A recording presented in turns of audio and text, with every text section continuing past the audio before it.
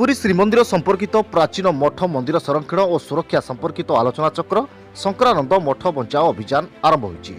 गत फेब्रुआरी 10 तारिख शनिवार दिन यूथ हॉस्टेल सम्मेलनी कक्ष में राज्य सरकार श्रीमंदिर चौहादी 75 मीटर परिसीमा सौंदर्यीकरण योजना पर श्री जगन्नाथ महाप्रभु संपर्कित प्राचीन मठ मंदिर गुड़िक प्रायतः वर्तमान जराजीर्ण अवस्था। प्राचीन मठ मंदिर गुड़िकर संरक्षण और सुरक्षा को अभियान रूप में आगे नेबाकू ए संपर्क एक आलोचना चक्र उत्कल विद्युत परिषद आनुकूल्य स्थानीय यूथ हॉस्टेल सभाकक्ष में अनुष्ठित हो जाइछि।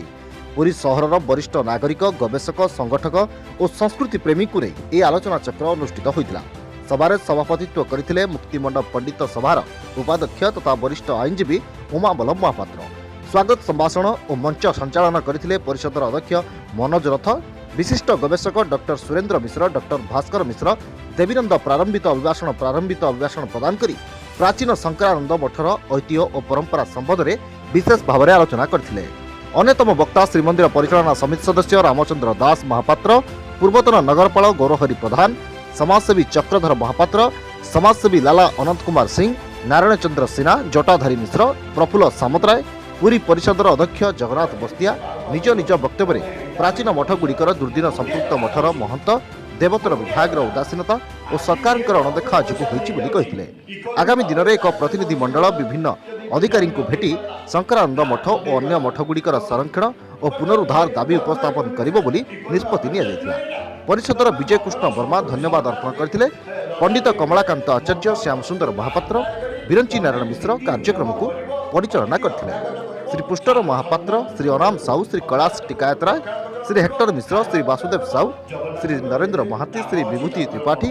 श्री सदाशिव मिश्र, पंडित विश्वम्बर दास, श्री सुशांत रथ प्रमुख इस सभार उपस्थित थे। Puri Vikram Behera report, S news Odia. बिक्री बेआईन तुम क्षमता नहीं बिका इठी पूरी रजा संपत्ति नहीं। पूरी रजा के ओनली सुपरिटेडेंट जगन्नाथ महाप्रभु सुपरिटेडेंट निजर घर ना निजर जगह ना कि पुरी श्रीनगर बर्तमान रजा रजा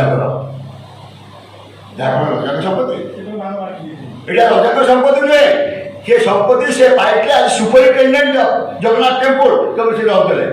पुराना नहर बालीसाई से गला ये नहर पेला रही तुम कौन संपत्ति ना तुम पूरा कहल तुम किसी ना सी रजा है जगन्नाथ मुझे आउट तुम क्या संपत्ति तुम होगा सेमती पुरी सहर शह शह लोक जो मैंने ये घर कर संपत्ति से जगन्नाथ प्रजा है कि किसी बड़ ना तुम 1000 तैयारी कर दौच जड़े आडमिनिस्ट्रेटर जड़े आसिस्टांट डेप्यूटी आडमिनिस्ट्रेटर अमूल्य पर्यटन रोचे कि कार्य किसी ना सेमती टंका दे मठ जो मैंने संपत्ति टंका नहीं सी मठ वाला घर को नहीं संपत्ति जदि छिटी जाती अरेस्ट कर बैंक से तुम बिक्री टंका नहीं जाए टंका तुम नुहे तुम मठ परिचालना रखिल टंका तुमको दिखाई तुमको जब परमिशन दिहला इन्वेस्टमेंट कमिशन परमिशन दे बिकवाई मठ को उद्धार करने तुम गाँव को नहीं तुम परिवार चलने तुम जो तुम क्रिमिनाल एक्शन अरेस्ट हवा दरकार जेल जावा दरकार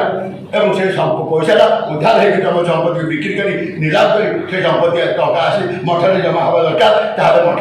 चलबार किसी असुविधा हेनी एवं मोर शेष कहवा दरकार ये तो समस्ते जी समस्ते एंडामेंट पैसा आने कलेक्टर को देखा करी जी स्कीम टंका आस गवर्नमेंट आसो ये जहाँ करवा कथा जो जगह करी ऐतिह्य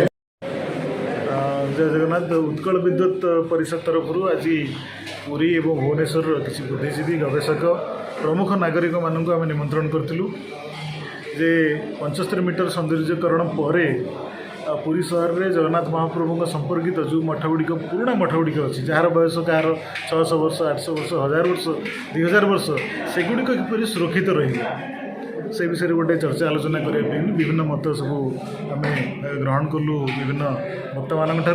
एवं आगामी दिन में आम ये मठ बंचा अभियान या दृढ़ीभूत करूँ विशेषकर जो शंकरानंद मठ जोटा कि अत्यंत प्राचीन मठ तार केमती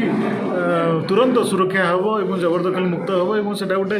ऐतिह्य स्थल रूप में परिगणित हम ताप पदक्षेप नापी आम विभिन्न प्रकार योजना आज बनईचु।